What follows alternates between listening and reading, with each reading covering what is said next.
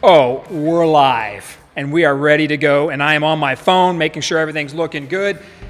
It is the broadcast, and for some reason tonight, I got to tell you, I'm feeling dangerous, and we're 1 minute into this thing. So I'm feeling a little bit like I've got to say what I think tonight. So I was a little jazzed up. I walked in here tonight. We played the theme song because Salo's back with us. Thank God, Salo's back. Charlie's here as well. Tyler is at home taking care of the babies. Tyler, we're thinking about you, buddy. We miss you, but it's most important you get home, take care of the baby, so we're with you. But I'm feeling it tonight, so I just think, I'm not totally sure here. Salo, you may have to cut the mic from time to time as I get a little crusty with what I think's happening in San Antonio politics, city stuff. You know the drill. If your feelings get hurt, you got to be careful. It's a broadcast. We're going to tell you exactly what we think. We're going to argue about it. We're going to talk to a candidate tonight. We're going to talk about a couple issues that may or may not piss you off. But grow a thick skin. Let's get after it and talk about things that matter to our city, right? That matter to your neighborhood, your street. And let's get to figuring out ways to just do better as a city, right? With our tax dollars, our relationships, everything. But we are live right now, streaming on Facebook. You can also catch us live stream on YouTube and Twitter. We're out there restreaming to multiple locations right now. We have to grow this. If you think about it, if we don't get the message or information out, and I'll give you a good example. Tonight we're going to talk about the constitutional amendments that are getting voted on in November. Yeah, that's a little boring, right? I may potentially put you to sleep. But if you don't know what you're voting on in November, for instance, there's one ballot item that we talked about before that is about a state income tax. You have to vote on that. So if you're a voter this November voting on constitutional amendments in Texas, tonight we're going to talk about what they are. So it's little things like that. If you don't have the information, you're going to go out and make a vote. And last week I said this, and it's very important that you remember this. Oftentimes we elect people not with our vote, by the lack of our vote. So our inaction elects people far more than our action. Because if only 12% of this city are voting, 88 to 90% are sitting at home, and those 88 to 90%, I got to tell you, they're just as much choosing who's sitting in that mayor's office, who's representing District 3, District 5, District 9, District 10, you name it, who's in the governor's chair, who's sitting on you name it, any elected seat. People not voting get them elected just as much as the people voting. So this is a challenge that goes out to everybody to get after it. Tonight, we have a good evening plan. We have a candidate tonight. We're going to bring Sharon on here in a little bit. She's running for Bexar County Sheriff. We are going to talk about SAWS. We're going to talk about impeachment. We're going to talk about what's happening locally here with paid sick leave and some poverty issues. And we've got a lot on tap, and it's going to be a ton of fun as always. We start with the fun. We end with the fun. Live stream, YouTube, Facebook, Twitter, share it, and let's get after it. But as always, the first thing we do is to have some fun. Because before we get into the heavy, meaty subjects where we call people out or issues out, we want to make sure we remember. Just like Ellen DeGeneres. Salo, did you see this thing about Ellen today? Just like Ellen DeGeneres said, she got ribbed big time. I mean, taken to task on Twitter over the fact she sat next to George W. Bush, former President George Bush, at a Cowboys game. Now, for all you Cowboys fans out there, the entire box was Cowboy fans except for Ellen, who was a Packers fan. So that's a whole other story. We don't have to talk about that too much.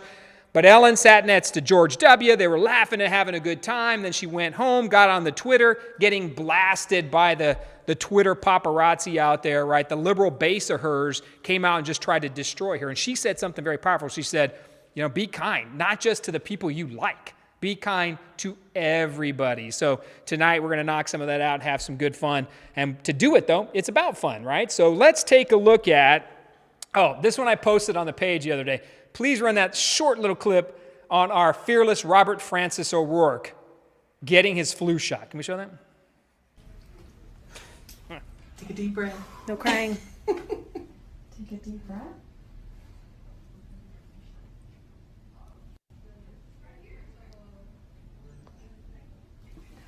Okay. Woo, look at that guy. Here, I can reenact that. Take a deep breath. No crying.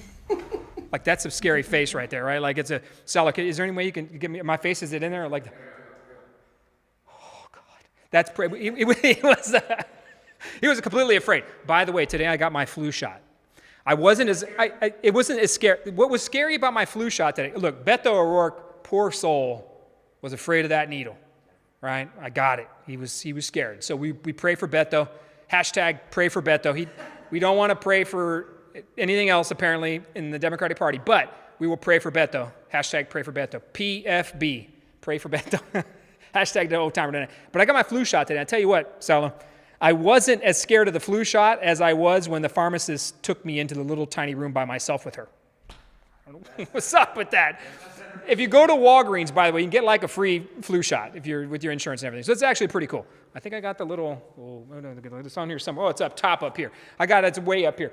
They give me a little red Band-Aid that says Walgreens. But check this out. They take you in a little tiny room, and it's just the two of you. And I swear, it's no bigger than a closet, and she pulls out the needle. So I was more afraid of the tiny closet than the tiny needle. But it's all good. Look, I am ready. I think what's got me jazzed tonight is the flu shot. Either I'm feeling a little fever because I'm going to get the flu from it, or it has no effectiveness. I don't know. But anyways, we're on it. Beto, So did you come out of the closet after? I came right out of the closet. Wow. This is... That was all Salo, by the way. My wife is probably, again, here you go again with wives getting upset at us over the Salo and his wife and my wife, for those of you that don't know, have been best friends for like 30 years. I don't know if it's that long, but it's quite a long time. So, and they routinely make fun of us. All right, so thank you, Beto O'Rourke. Hashtag PFB, pray for Beto. We're worried for you, brother. Now, this is another good one here. The Simpsons. So these are two back-to-back. So I don't know. I'm challenging you tonight to go Google the Simpsons predictions. Simpsons predictions. That's like a tongue twister. So the Simpsons in their shows in 2007 and 2000 have hilariously predicted a couple of really interesting current events. For instance, they predicted the election of President Donald Trump.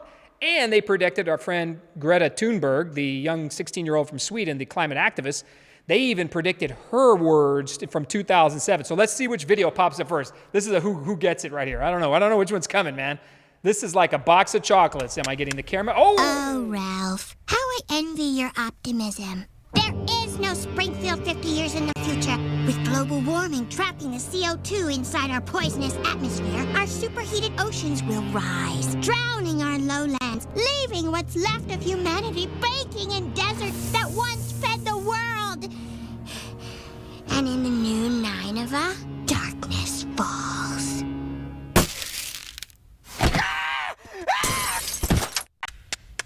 Oh, Ralph. 16 years ago, The Simpsons eerily predicted Donald Trump would be president. As you know, we've inherited quite a budget crunch from President Trump. The episode, which aired in 2000, shows a grown-up Lisa Simpson taking over at the White House in the aftermath of a Trump presidency. We're broke. The country is broke? How can that be? Let's hope a Trump administration does better than that. I've watched The Simpsons, obviously. This is like a 25-year-old show. So The Simpsons are amazing. They're hilarious. And if you look at that, what I think is totally cool is that Greta Thunberg, like that, if you listen to that, that was from 2007. She was doing that speech about climate change. And of course, one of the students jumped out the window, which because, that's what's happening in the world today, right? Like we're freaking everybody out about climate change, right? Like Mayor Nuremberg yesterday posted something about the cooler weather. By the way, we got a cold front, got down to 82 degrees in San Antonio. It's been fantastic, right? So we're in great space. Everybody was wearing sweaters today. Now, I don't know if that's true or not, but it got down to 82. So the mayor posts something that says, wow, it got cooler today. But don't forget about the super hot September we had, the hottest September on record. The dinosaurs didn't see it this hot. So you know what? It's lava hot. We get it. It was that bad. But you know what? We don't have to freak the world out over the climate change. Some of these things are cyclical. And I just think it's hilarious when that Bart Simpson commercial, cartoon, whatever you want to call it, that cut completely called out the hypocrisy. It was 12 years ago. And then, of course, they predicted Donald Trump was going to be president. Totally amazing. It was the best thing I've seen. Of course, she's president of the United States in that one, and talking about a broke country. Thank you, Donald Trump. But that is a cartoon, so that's good. Now we're going to end with this one. But go Google Simpsons predictions. You will have a fun time tonight. Some of them are an hour long. You can sit there and watch it. It'd be hilarious. Now, I got to tell you, before you run this one, this is epic troll level master, like grandmaster. You know that if you play chess, there's like a grandmaster level. There's one dude, I think his name is, no joke, I don't know why I know this, Magnus Carlsen. He's like the #1 chess player of all-time history world ever. So Donald Trump is like troll grandmaster plus, right? So he trolled Joe Biden the other day and using a Nickelback video. It's hilarious. And of course, they removed it from the internet because of copyright infringement. But the broadcast searched for an hour today. An hour today. I didn't feed my dogs or do anything. I searched for an hour to find this video. Run that. DJ, play that. Let's see what this troll alert looks like. This is fantastic. Have you ever spoken to your son about his overseas business dealings? I've never spoken to my son about his overseas business dealings. Look at this photograph. Every time I do it makes me laugh. How did our eyes get so red? And what the hell is on Joey's head? Have you ever spoken to your son?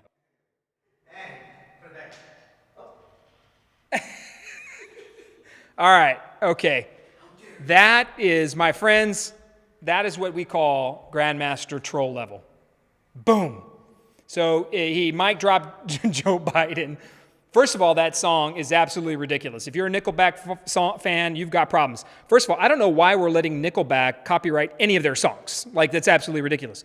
But they copyrighted it, took it off Twitter, off YouTube and everywhere. But it's a perfect troll, right? Like Donald Trump got across exactly what he wanted to by a simple tweet. Don't get me wrong, the other bazillion tweets, I'm not, good Lord, there's some tweet issues out there, right? He's got some tweeter problems or Twitter problems. But that one was absolutely the best I've seen in forever. Their downloads went up 600%. Nickelback? Yeah, 600%. Donald, here's the success of Donald Trump. He was even able to resurrect Nickelback's career. Hope not, but anyway. So, if you're a one-hit wonder, we need to have him play Ice Ice Baby and bring that one back. That may be something, right? I mean, Vanilla Ice. Maybe we can get that one-hit wonder back. Yeah. Climate change. That's it. See, we always like to have fun. We'll wrap up with the memes here at the end. But we want to get into Bexar County Sheriff's Office. As we have talked about for the last couple of shows, there's trouble at the Bexar County Sheriff's Office. This place, the sheriff's got multiple challenges from within his own party. He's got multiple challenges on the Republican side.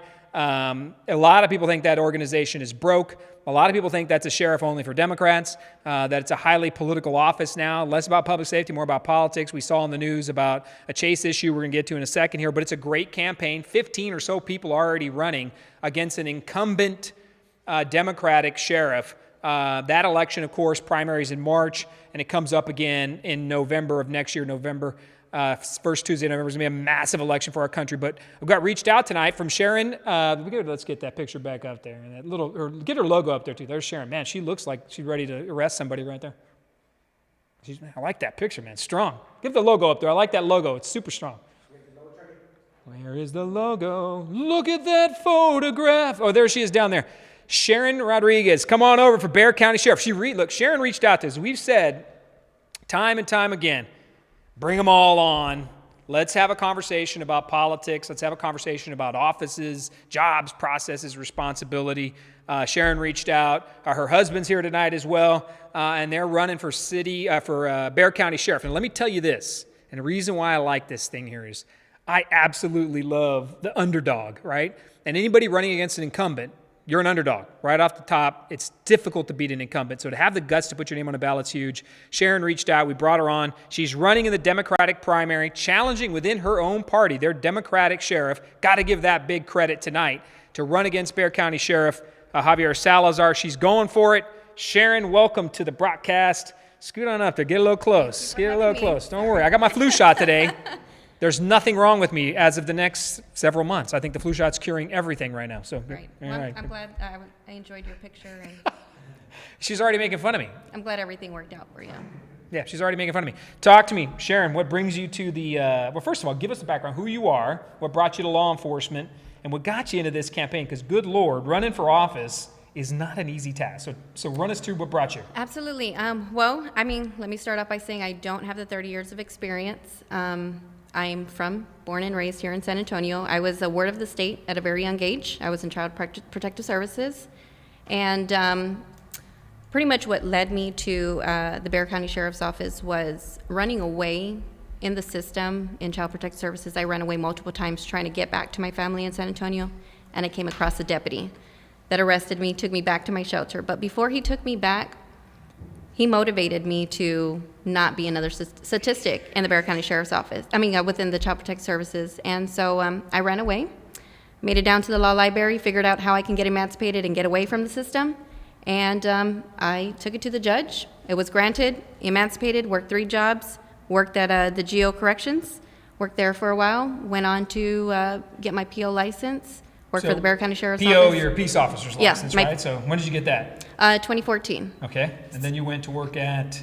In 2012, I worked for GO Corrections. Okay. And then in 2014, I got my peace officer license. 2016, I worked for the Bexar County Sheriff's Office.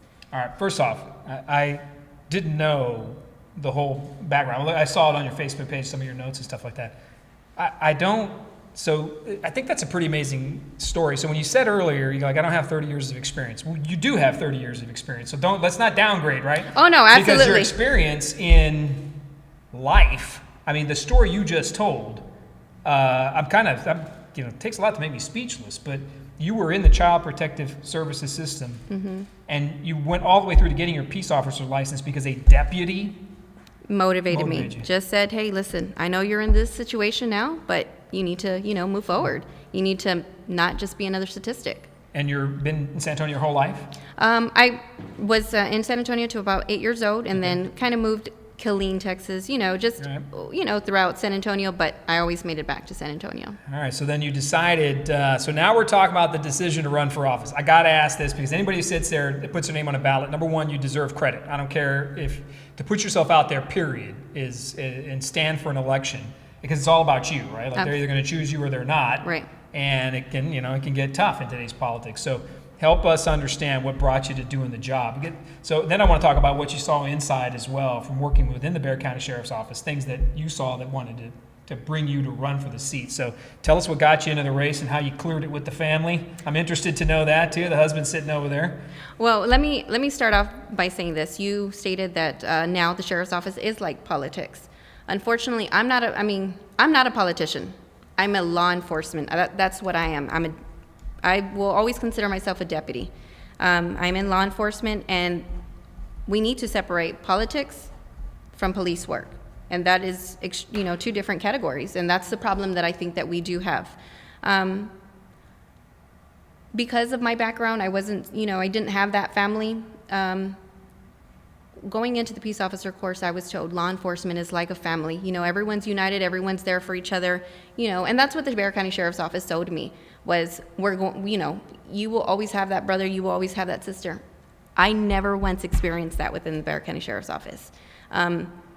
I worked so hard to get into that department, and I never experienced. So what? So you're talking about morale right there. Right? Morale, absolutely morale. Okay, so give me top 3 things, right? Give me your elevator speech. This is the tough one. 3 items that got you into this. If I'm going to get that job, if I get elected on day 1, this is some of the things I'm going to put down. My stake in the ground. I'm going to say these are the 2 or 3 things that are most important to me. It can be high level stuff, right? Or it could be something small and simple. But tell us what you think you would do if you got the job on day 1. Because I actually put up, and I'll show you some of the issues here. Can you put up some of the images 1, 2, and 3? We'll take a look at these here in a second. But there's issues galore, right? Absolutely. With people walking out of the Bexar County Jail. This high-speed chase that occurred the other day, right, where there's an issue now, there's a disagreement between the Bexar County Sheriff's Office and the San Antonio Police Department. In fact, there has been for quite a long time a friction between the 2 agencies. Talking about that, talking about the process, talking about the office, tell us what you would fix. What are some of the biggest things that jump on your radar? Man, you said that the list is just kind of long for me, again, because I worked so hard to get in here. Morale. Equality, the good old boy system, we need to cut that out already. We need to stop the you must know somebody to be somebody. Let's give everybody the opportunity and hire the most qualified applicant. That's what we need to be doing. I think that training, specifically training, for example, right now we have different liaisons for different ethnicities, right? But what about the rest of Bexar County? That's great that we are catering to our Hispanic community. I'm Hispanic. We're catering to different ethnicities. But what about our veterans? What about our, there's just our youth right now. They're our future. If we don't interact with them, if we don't bring them in, that crime rate is just going to, continue. I think that we're focused on only one thing, is just ethnicities. I think that we need to focus on domestic violence. Mental health is a very big issue for me. We need to get these deputies trained on how to interact with domestic violence. Yeah, and the San Antonio Police Department has made great strides with their behavioral unit, right? Their mental health advocates as police officers as well. So when they come up on a scene, their crisis response team has an immense amount of training, just mental health, behavior, and assistance and help, right? So it's a de-escalation thing. They oftentimes don't even show up in uniform. They're showing up in plain clothes, very de-escalated approach through a mental health. And I think that, through a mental health aspect, I think that's been huge for SAPD, and I'm glad you mentioned that, because that mental health aspect gets let go a lot as well. It's not something that's often discussed. Within the Bexar County Sheriff's Office, all the deputies are trained to have the mental health. We've taken that course. But then we also have our mental health division. Our deputies should be fully trained on how to deal with every type of call. I mean, from domestic violence, and as petty or as, some people may think, but postpartum is a really big thing right now. And we also need that's a lot of the calls that are coming out. So instead of having just our mental health unit waiting to come out, we need to have our deputies fully trained 100%, because they are the first one on the scene. So they need extensive training, not just some training. We need to add additional training on how to deal with everything. Morale, absolutely. Because I'm telling you, equality. It's legendary right now, the morale issue. Absolutely. There's a dozen fake Facebook pages out there. There's a dozen Facebook profiles that have names hidden, and they're putting out information about everything from the food deputies are fed to the way they're treated by leadership. It can get difficult out there. So training is huge. You mentioned mental health awareness and those types of things. And now from a campaign perspective, I want to ask you one more question here, because you're in the middle of it, right? So you're getting started, you're on a campaign. Talk to us about what things you're doing and what your campaign means to you and what you're hoping to accomplish. It's an uphill battle. You're challenging an incumbent. So give us your game plan, just a high level, what you're hoping to do and where people can find you, what your campaign's about. Pretty much I'm running for Bexar County Sheriff, not just for myself, but for everyone that's never had the opportunity. If there was a poll or if somebody asked half of San Antonio, hey, have you ever applied with the Bexar County Sheriff's Office? And everyone said, absolutely, I never got the response. Let's figure out why they're not getting a response. We need to change that altogether. We're not hiring who we should, and I want to really bring equality to the department. We need to boost morale, cut out the good old boy system. You keep saying equality a lot. Equality. You like that word. Equality. Talk to me. Because, here's the thing. Why is it that every time we have a new elected sheriff, he brings in his buddies into the command staff? Why do we have that? Why? Are they the most qualified applicants? How do we not know if there's somebody else that isn't our best friend, isn't a qualified candidate? That's where we need to stop. We need to interview every single person, and what can they bring to the table? Big difference between most qualified and most loyal, right? Because that's often who's getting those jobs, right? Is the most loyal person. Wow. So what are you looking at? Like, where are you at? What's your campaign plan? Let people know where they can find you. Your Facebook page, let them know where you're going to be. If you got a couple things coming up here in the future, how they can get in contact with you. I want people to be able to, because I tell you what, you're the only woman running in the race. I think that's huge. If there's 15 people, I think it's worthy. We know there's representation and quality issues and female representation on boards across the city. The city's made it, one of the best things that we've done when I was on the council was really trying to have more female representation in places. Sheriff Pamela was before Javier Salazar, now we got Javier. You're the only woman running out of 15. I think that's admirable. I think you're putting your name on the line. It's all you've got. So where can people find you? Because I want them to learn more about you, because you're hitting every point. I got to tell you, for someone who's never ran for office before or is going to say they're not a politician, I like your stance on public safety are on point. So where can people learn more about you? So obviously, this is my first time running. I'm still, trying to catch up to figure everything out. But I currently have a Facebook page, Sharon for Sheriff. You could find me there, or my website, www.sharonforsheriff.com. Is it 4 FOR or the number 4? The number 4. Sharon for Sheriff. Yes. Both on the Facebook page and on the website. Yes. Okay. All right. And a shout out to your husband, too.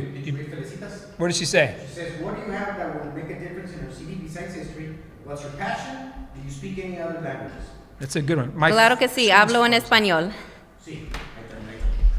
Go for it. Hey, say something in Spanish. There you go. Now you're going to lose me. I can't navigate through the Spanish, but Salo can. Go for it. Give him a shout out in Sí, Spanish. lo hablo en español, pero no lo hablo no lo hablo muy bien. My passion is because of the fact that I've struggled so much, and the deputy that, motivated me to put me in this position. I'm here solely to make a change. The difference between myself is I don't owe anybody any favors. I'm not politically involved, and I truly want to be able to give the deputies what they deserve. Equality. Again, I cannot stress that enough. Boost morale. They deserve so much more, and not only that, but our citizens deserve more. If we don't take care of our deputies, how do we take care of the citizens of Bexar County? If we don't train our deputies, how do we provide the superior service that our citizens of Bexar County deserve? You just wrapped it up. I'm telling you, you've been practicing for this, so don't act like you came out of nowhere. No, all right, I don't know about it. I don't know. I could be sandbagged on this. You may have some sort of political degree or something you didn't tell me about. You go to some politics school or something? No. Hey, look, all joking aside, I'm making that joke because I think your points are well thought out. I think when we talk about people from Bexar County Sheriff's Office and the issues, you got answers to those issues. And I wish you the best of luck. I mean, I've been on a political campaign multiple times on both sides, candidate and as a campaign manager, right, or as a volunteer. And it takes a lot. I mean, it takes a lot. It takes a lot on the family. I want to thank you for coming out here tonight, for reaching out to us. Sharon's running on the Democratic primary. She's challenging Javier Salazar. There's 14 or 15 people doing it. But Sharon has got a lot of good points. You can find her at Sharon for Sheriff on Facebook or SharonForSheriff.com. That's the number 4. Learn more about her, and I'm very happy and thrilled you came out tonight. Running the Democratic primary, that's up in March, and the big election is going to be in November of next year. Thank you, Sharon. We're very proud of you. Thank you to your husband as well. I appreciate you having me. Thank you so much. Thank you. Thank you. I don't know what that squeaky noise is. My squeaky wheel gets the grease on my chair. Wow. All right, I got to tell you, Sharon knows her business.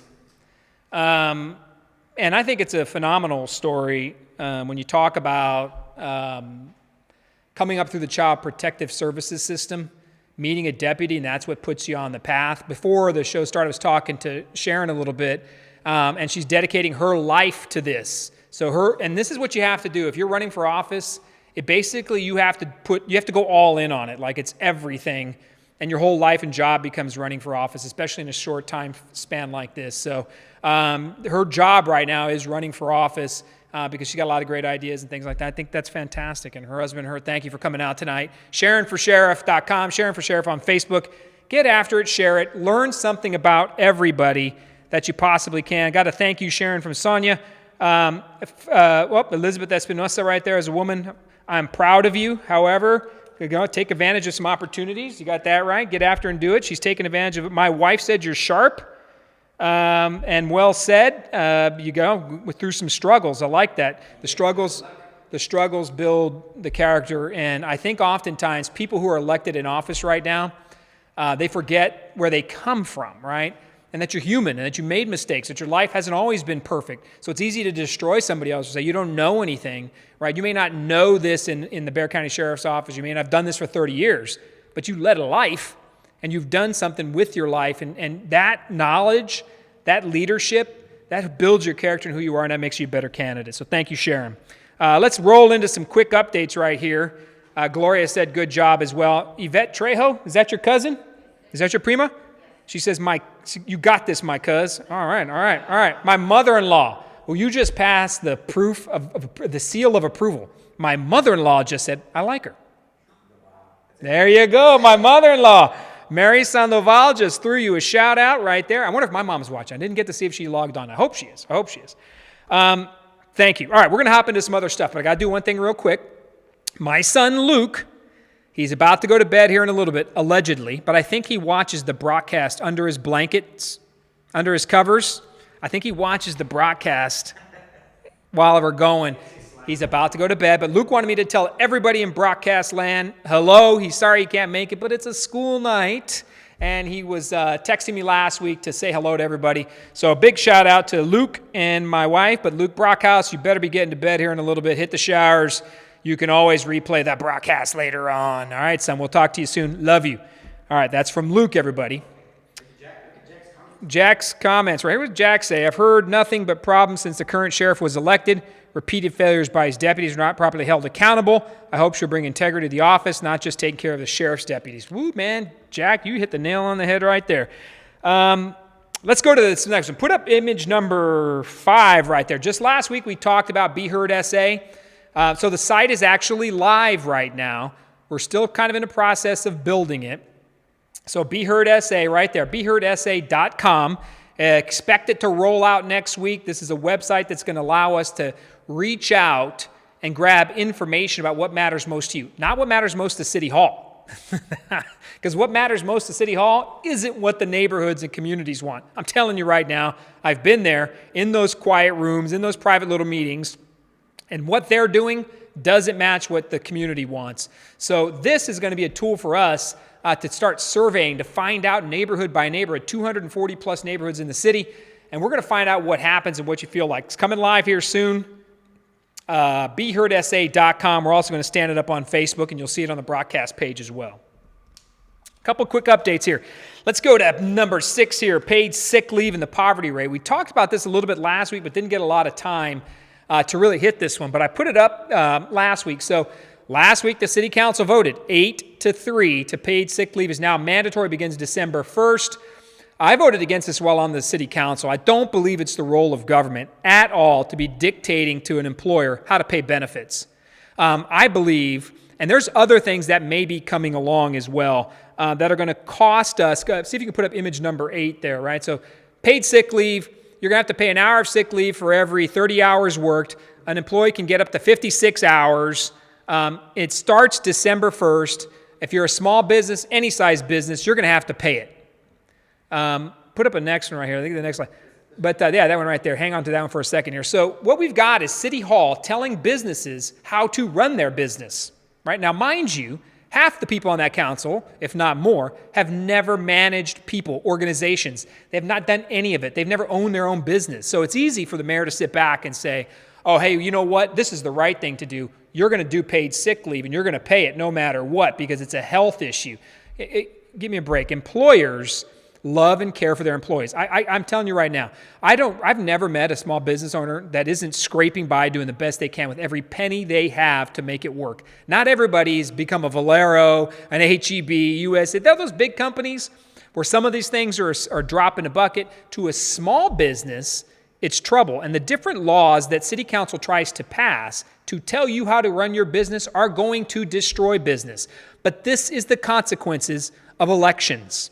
Right? This is the consequences. So if you look at what happens with paid sick leave, just take a look at that. So if you call in sick, an employer cannot ask you for 3 days where you're at or why you're sick or any of it.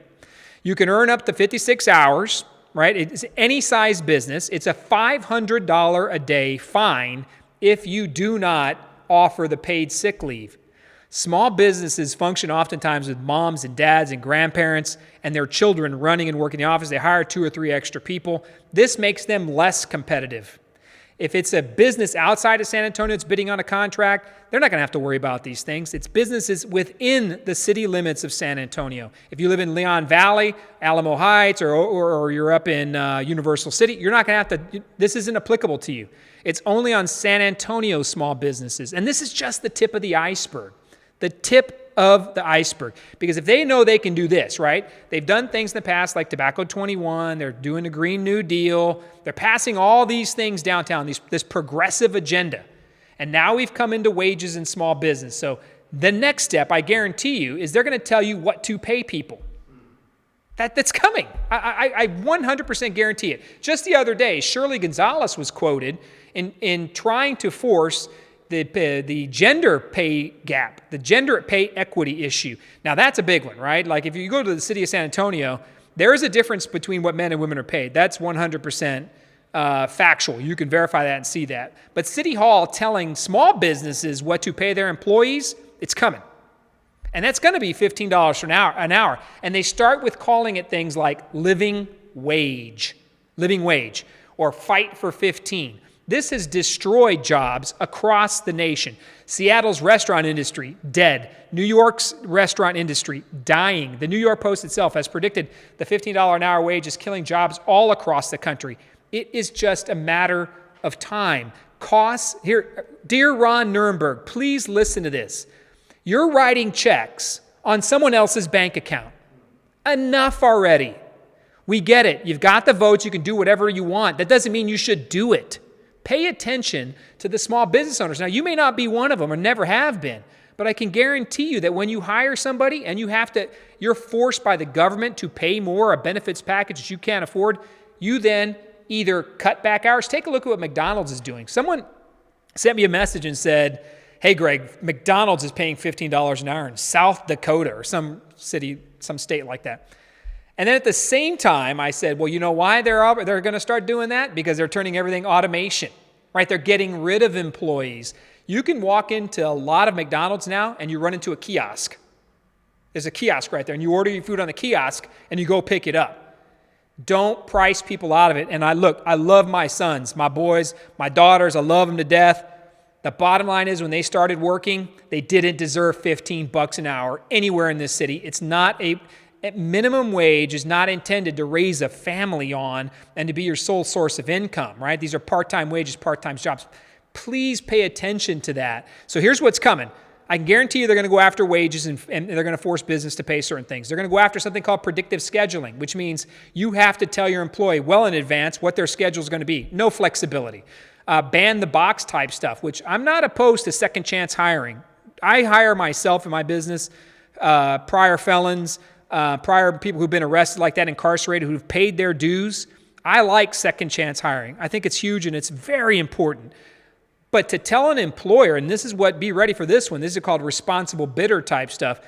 The city's going to tell you, you can't run a background check on somebody until you've offered them a job and they've accepted. That they're going to begin to tell you how to run every aspect of your business because they want your money and they want you to fund their social programs. At the end of the day, that's it. Role of government. It's out of control. This is the consequences of elections. And I'm not saying I'm the right choice for it by any means. And people got to make an argument to run for office, just like Sharon's going to have to make an argument against Javier and right on down the line. But you cannot tell business, these small, 80% of the jobs in our city, 80+% of the jobs are created by small business owners. Not you, Ron Nirenberg. You don't create one single job. Please understand that before you go further into destroying businesses and opportunities in our city. We can incentivize and educate with different types of resources we already have in our tax base, sure. We should be trying to do workforce education, all those things to grow it. The answer to the problems that we're talking about, housing, transportation, all these things, is for somebody to make a few more bucks a month. Yes, that's true. But it's for the employer to build, to grow, to prosper, to create that workflow, not for the government to close the gap with your tax dollars. And at the end of the day, City Hall's like a 15-year-old kid with the keys to daddy's car. They're running loose, doing whatever the heck they want to do. People, we have to stand up to it and be sure to put out all the facts and information. So, and by the way, this is all ongoing. The reason I'm telling you more of this is coming is because San Antonio, under Ron Nirenberg's leadership, San Antonio is the highest ranked city for poverty of big cities in the nation. Number one. I think we got a picture on that one up there. I think we may have it. Yeah, the census one. Put it up there.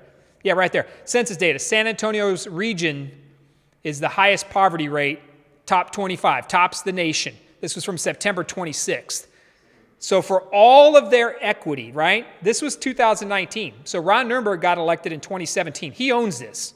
Ron Nirenberg and that council owns this right here. You can't run from it and say, oh, well, we've been working on it. It is getting worse between the haves and the have-nots. And actually, it's not even the haves and have-nots. It's the haves and never had. The haves and never had. So it's the same part of our towns that's always in trouble. It's the same part of our city. It's the west side. It's Old Highway 90. It's going down off Five Palms in District 4. It's over in the east side when you push further where the gentrification and things are occurring, where city tax dollars are pushing into North New Braunfels, and they're starting to take over neighborhoods like Denver Heights are gone. Things are getting way out of control, but the poverty rate remains. So I want you to think this before we move on.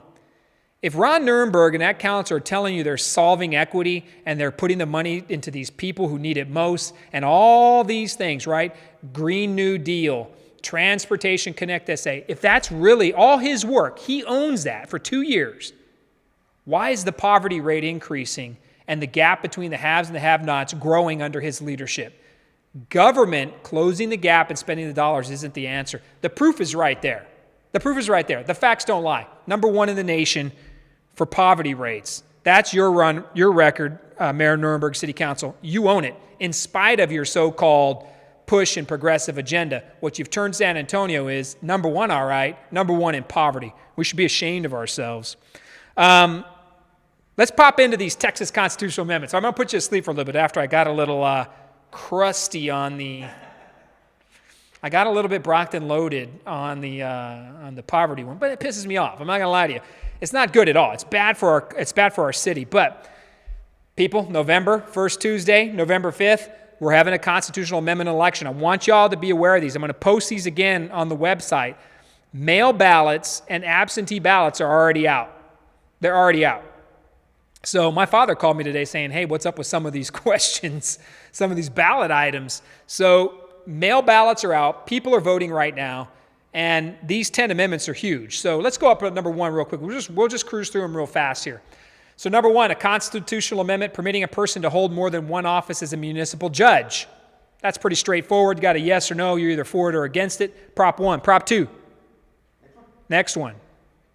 The constitutional amendment providing for the issuance of additional GO bonds, general obligation to the Texas Water Development Board, not to exceed $200 million, financial assistance of certain projects in economically distressed areas.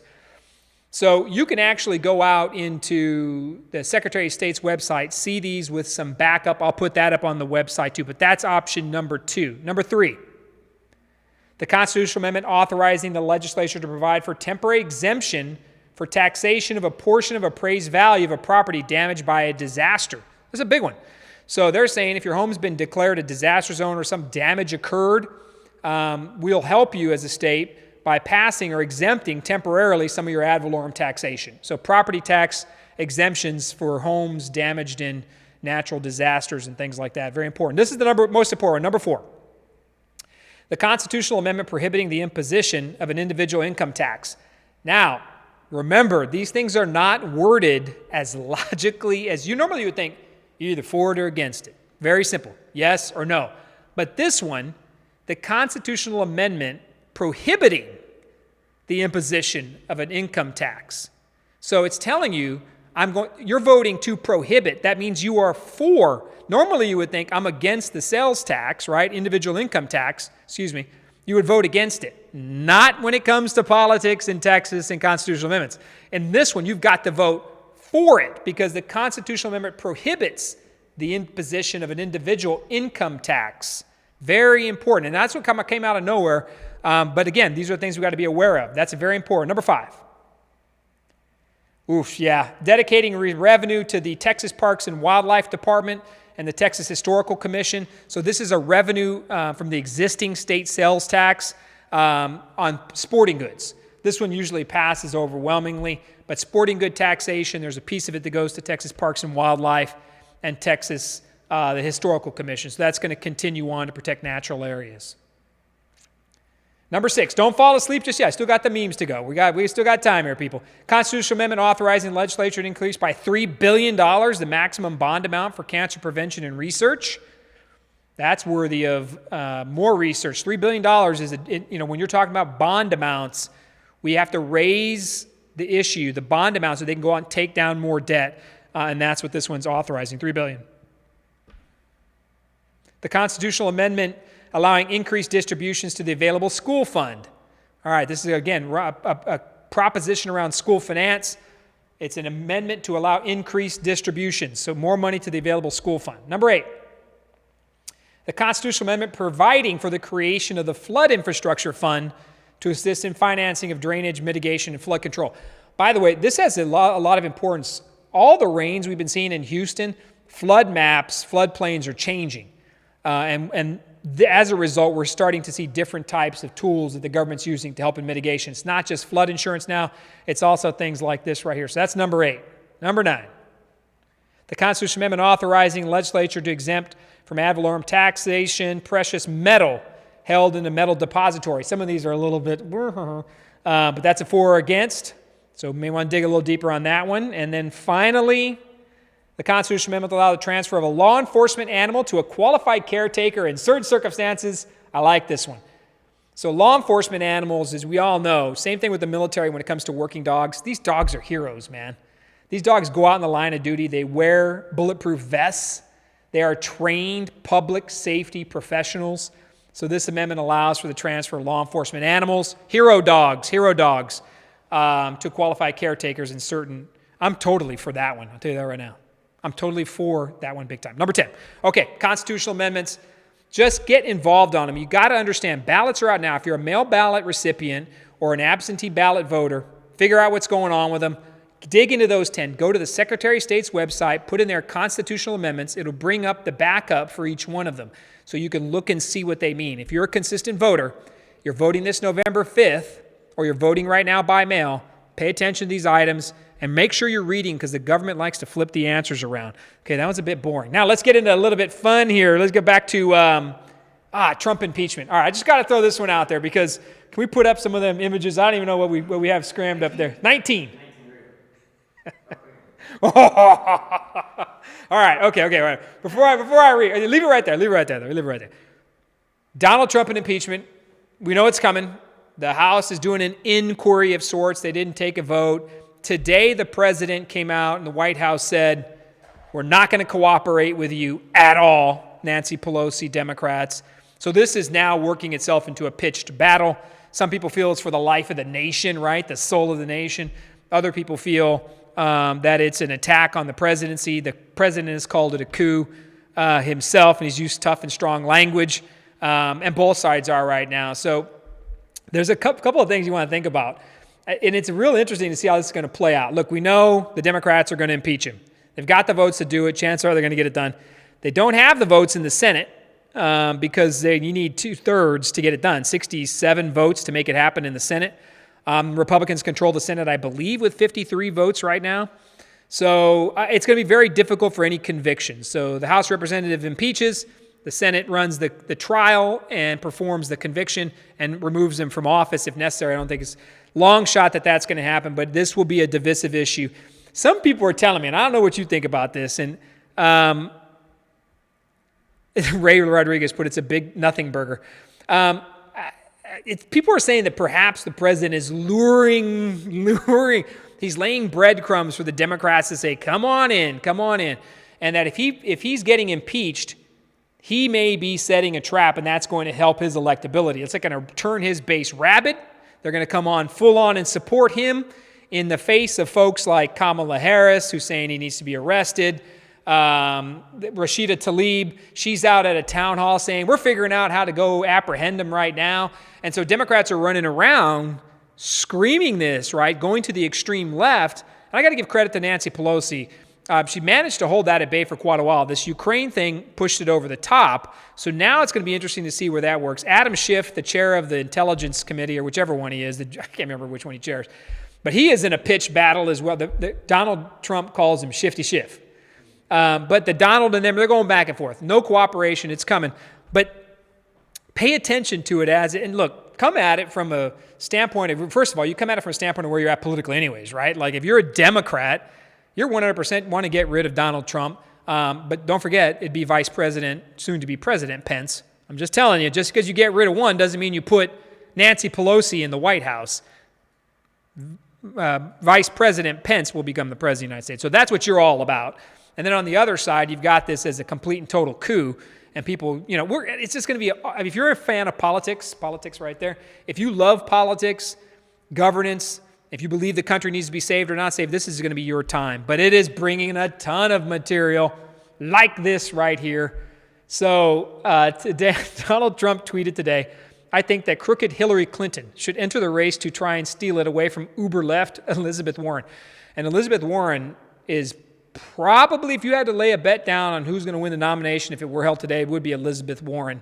Only one condition, the crooked one must explain all of her high crimes and misdemeanors, including how and why she deleted 33,000 emails after getting subpoenaed. Okay, and then Hillary Clinton responds, oh my gosh, absolutely love this response. Don't tempt me, do your job. Troll against troll. So is Hillary Clinton laying the breadcrumbs right here, right? Like I have to come in and save the day because Elizabeth Warren, she's not going to get it done. Kamala Harris is gone. Joe Biden he's had it. He's tied into Ukraine. Julian Castro can't even find his way to the stage. The guy doesn't even know what state he's in half the time, right? Beto O'Rourke's a loose cannon. So all these people, nobody's as good as me, Hillary Clinton. Don't tempt me, do your job. What's the next picture? I love that. Get your popcorn ready, people. I'm talking massive amounts. Oh, yeah, and Donald Trump Jr. right here. I thought I better show him Donald Trump Jr.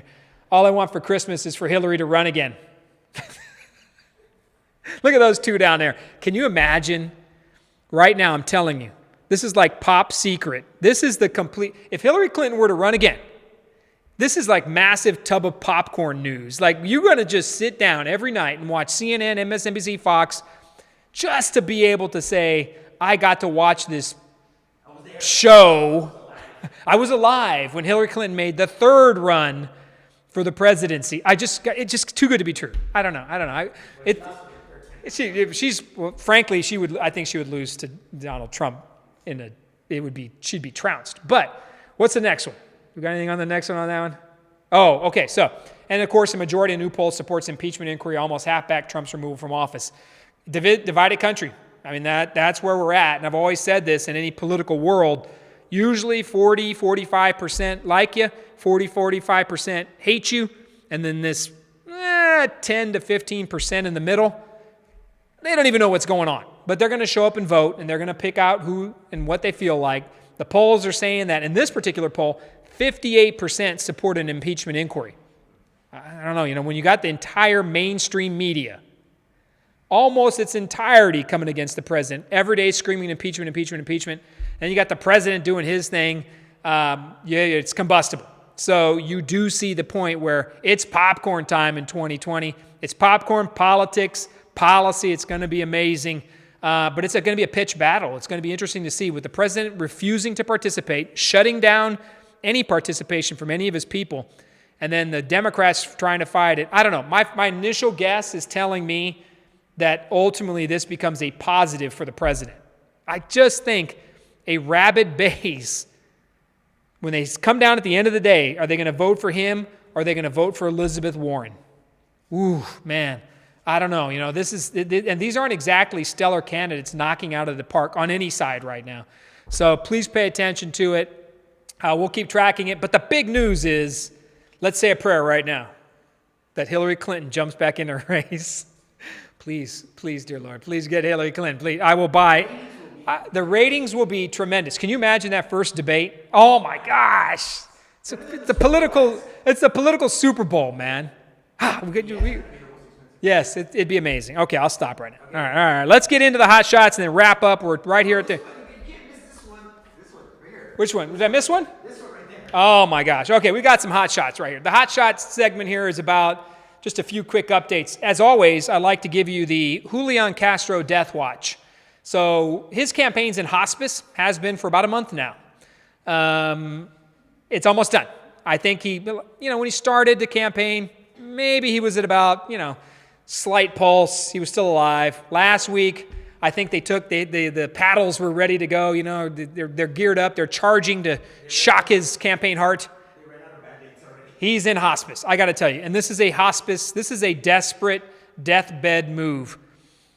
An admirable humanitarian effort or just a campaign stunt. So Julian Castro went down to the Texas border. And he crossed into Mexico, right? By the way, this guy speaks about 12 words of Spanish. I always want to make sure that that's very clear. So he goes into Mexico, presumably with a translator, right? I'm guessing. He's got to have a translator. So he goes into Mexico, promises these people something because they obviously followed him back in. Show the next one. Julian Castro, for some reason, he's got flowers. Escorts LGBTQ, which respectful, and disabled asylum seekers across the Mexican border. So there he is, walking in his suit. Guy, can you put on a T-shirt? Like, look a little more like your regular. You don't need to be walking across the border looking like you're dressed to go to the library. All right, so show up in some boots, man. You're a Texan. All right, you're a Texan, man. Put the boots on a T-shirt or something, man. Show like you mean some business. And I don't know what's up with the flowers. That's a little weird. I don't know if he's bringing those back for his wife or what. I have no idea. He identified as Dora the Explorer. So the next one, push it to the next one, because this is the great answer. This is Julian Castro's success. Oh, there's one more. I didn't put it in there? No, you didn't. Well, the next one said all 12 of them were sent back to Mexico. Is it the one before? No, it's not. Dang. Oh, yeah, it's right here. Here it is. Is it right there? That's the one. Oh, there it is. I'm sorry. I didn't read it at the bottom. Castro brings 12 migrants to Texas, but they are sent back to Mexico hours later. That's Julian Castro at his finest right there. I'm trying to do something, and I fail miserably, much like my Death Watch campaign at 0.0%. Look, man, if you're going to go into another country and try to... Castrate, no hombre. So if you're going to go into another country and promise freedom for people, and you're going to bring them into the country, please do your best to try to help them stay, because to send them back is not cool. So you, my friend, are a campaign stunt.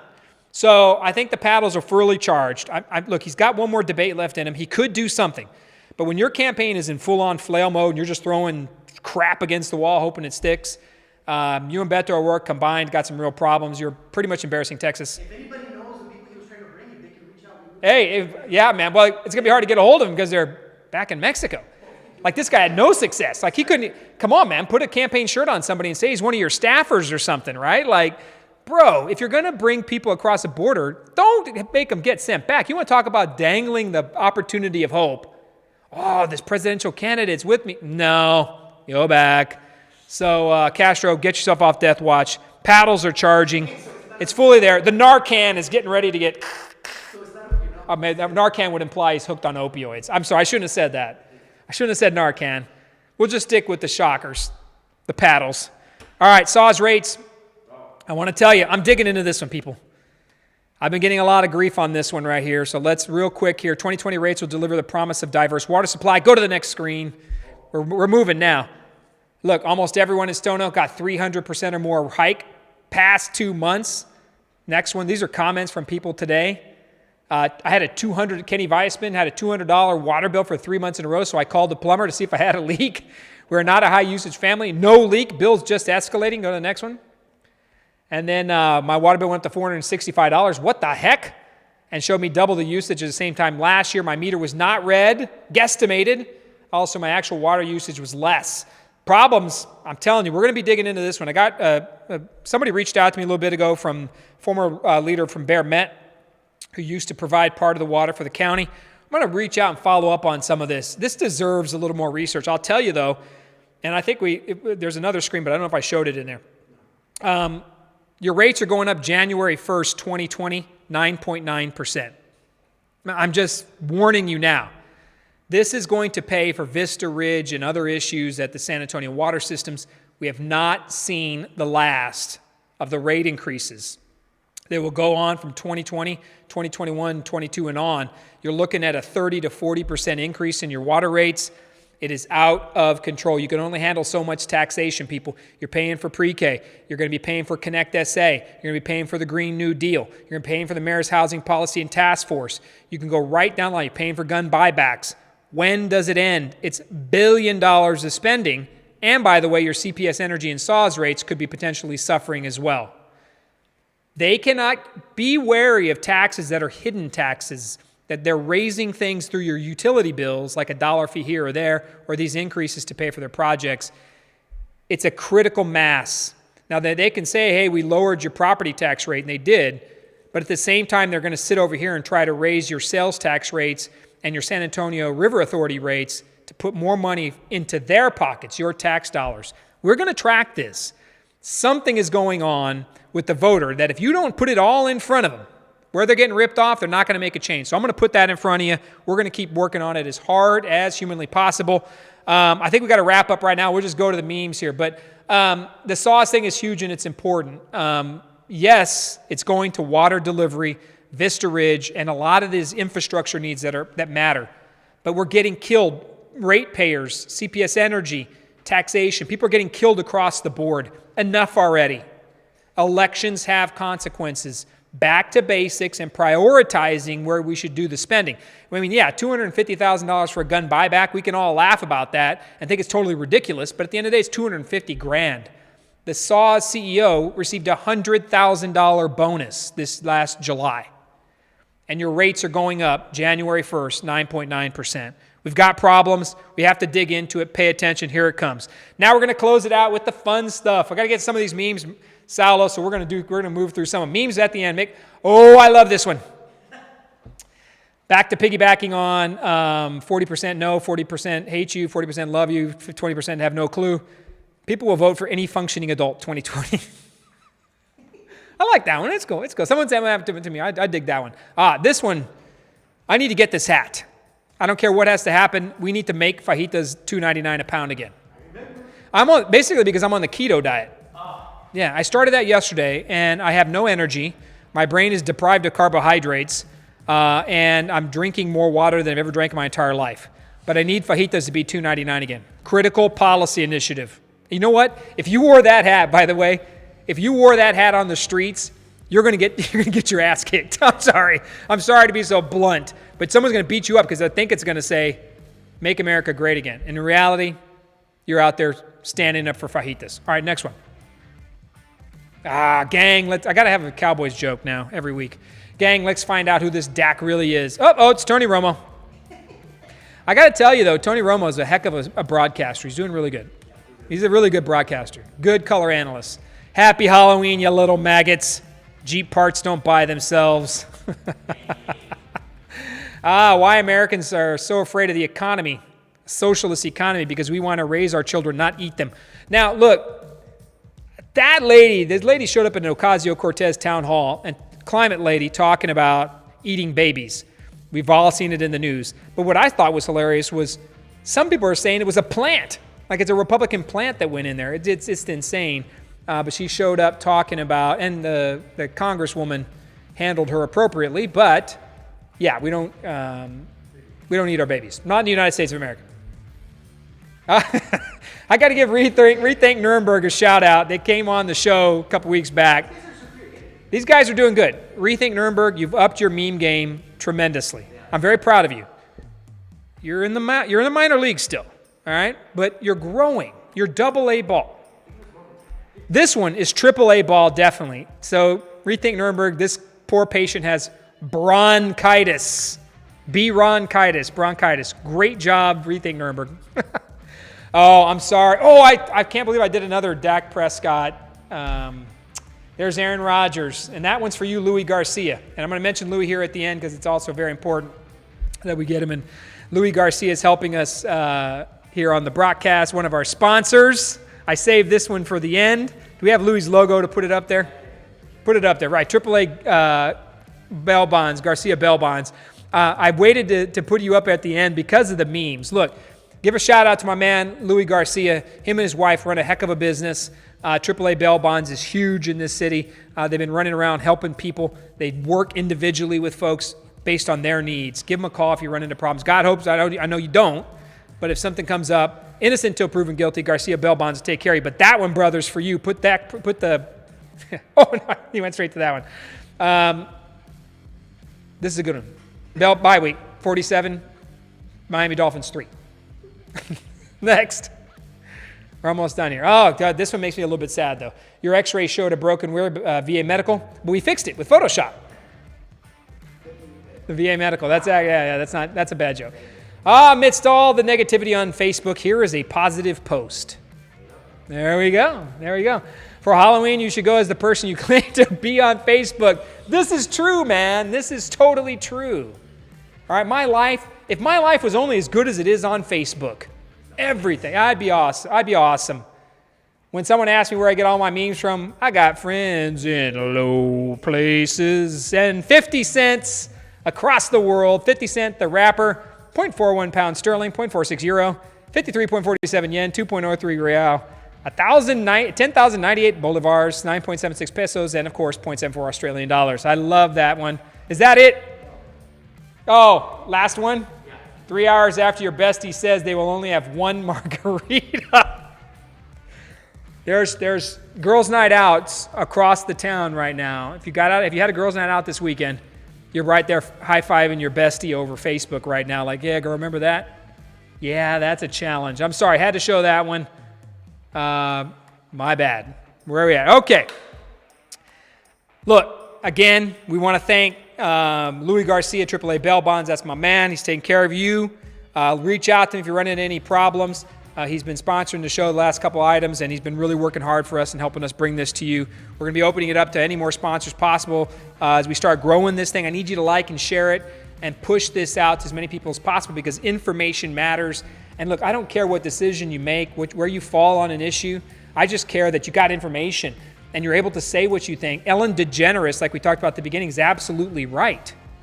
If you can disagree with people, you don't have to believe everything they say. That doesn't make them an evil person. So please share the information, understand what's going on, and vote for the people that you identify with, sure, all day long, what you think is the right answer. But like it, share it, push the information out. We're going to be back every Tuesday at 8 o'clock. We're going to take the broadcast on the road.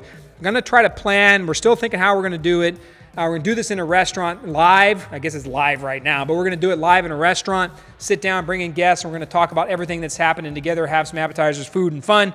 But you got to get out and make sure it happens every Tuesday, 8 o'clock p.m. This is the broadcast. We are thankful you joined us. Keep commenting. Let's keep talking. Share this post, and let's make it happen. Thank you, San Antonio. We will see you again in 1 week. The broadcast is out.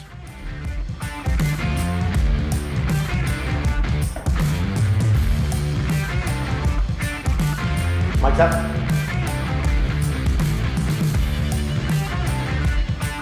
Perfecto! Man, good response today. Very good. Very good. It grew a little bit tonight. Yeah, we have over 100